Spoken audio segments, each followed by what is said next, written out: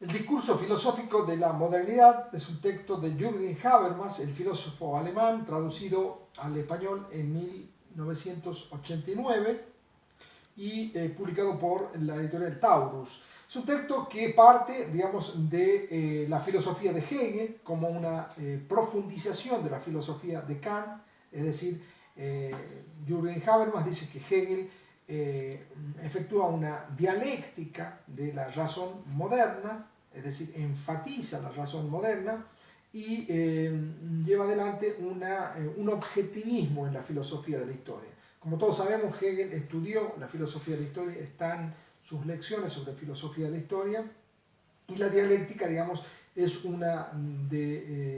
es el método por antonomasia de Hegel, la afirmación, la negación y la afirmación de la negación, tesis, antítesis y síntesis, de acuerdo a cómo se quiera verlas.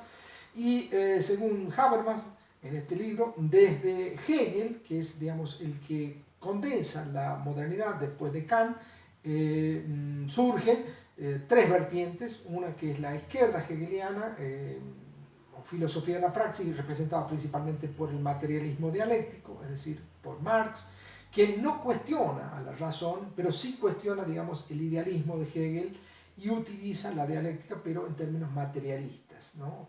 Marx plantea, digamos, no es la conciencia la que engendra la materia, sino la materia la que engendra la conciencia, pero se mantiene dentro de la racionalidad moderna, el materialismo dialéctico. Lo mismo en el caso de la derecha hegeliana, ¿no?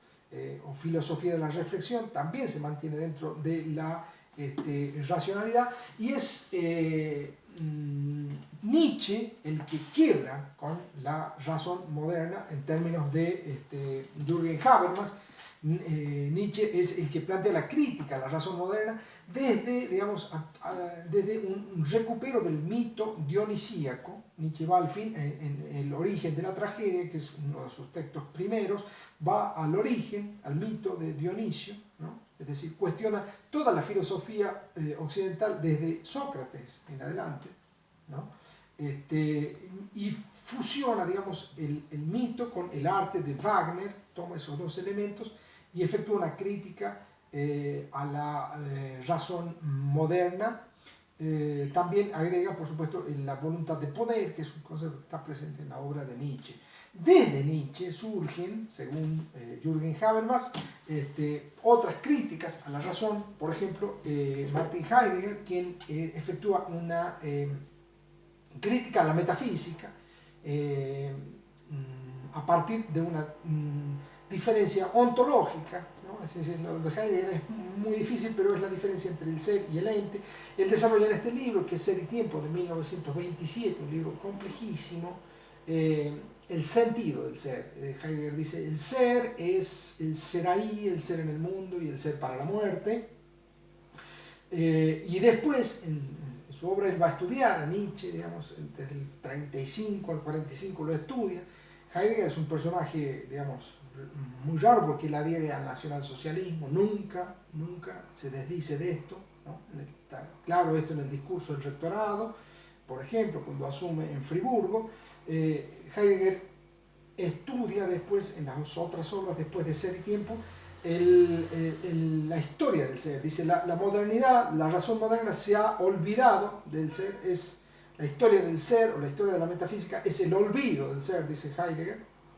Luego tenemos a Adorno, que con esta obra dialéctica del iluminismo, Adorno y Max Horkheimer son quienes también cuestionan, digamos, a la razón instrumental, a la ciencia positiva, desde la fusión entre el mito y la razón. El mito es ilustración, escriben Adorno y Horkheimer en el prefacio, y la ilustración es ya mítica, es decir, hay una fusión entre mito e ilustración que va a cuestionar a la razón instrumental, a la ciencia positiva, a la sociedad administrada, a la industria cultural, en fin. Es un libro clásico también. Georges Bataille también cuestiona, digamos, lo heterogéneo, la locura, por ejemplo, como la antípoda de la razón moderna, con la economía y el erotismo. Y Michel Foucault, que efectúa una crítica a la razón moderna a partir de una arqueología y genealogía de los discursos de las ciencias humanas, que son producto, dice Foucault en su obra, Las palabras y las cosas, en la arqueología del saber, entre otras, son producto de una voluntad de poder. Digamos. El saber es producto de una voluntad de poder, el saber es producto del poder. Ahora bien, estas cuatro críticas, la de Heidegger desde el ser, la de Adorno desde la crítica a la razón instrumental, la de Bataille desde lo heterogéneo y la de Foucault desde la teoría del poder, según Jürgen Habermas, son críticas que no tienen que ver con la realidad cotidiana, son críticas a la razón moderna, muy bien fundamentadas, pero que se alejan de lo cotidiano, como lo que él está planteando, que es la interacción lingüística. Dice él, hay que permitir el acceso, la ética discursiva y la inclusión en la interacción lingüística, por oposición al seguidor de Heidegger, que es Derrida, un filósofo francés del postestructuralismo, que plantea el estudio de la casa del ser. ¿Cuál es la casa del ser? El lenguaje, pero el lenguaje en tanto escritura, y ahí plantea Derrida la búsqueda de una archiescritura, ¿no? Es decir,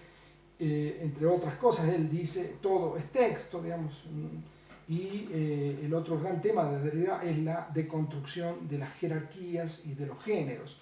En efecto, lo que está planteando en el discurso filosófico de la modernidad Jürgen Habermas es una crítica a los críticos, ¿no? Heidegger, Adorno, Bataille, Foucault, Derrida, y él plantea la necesidad de recuperar la interacción lingüística.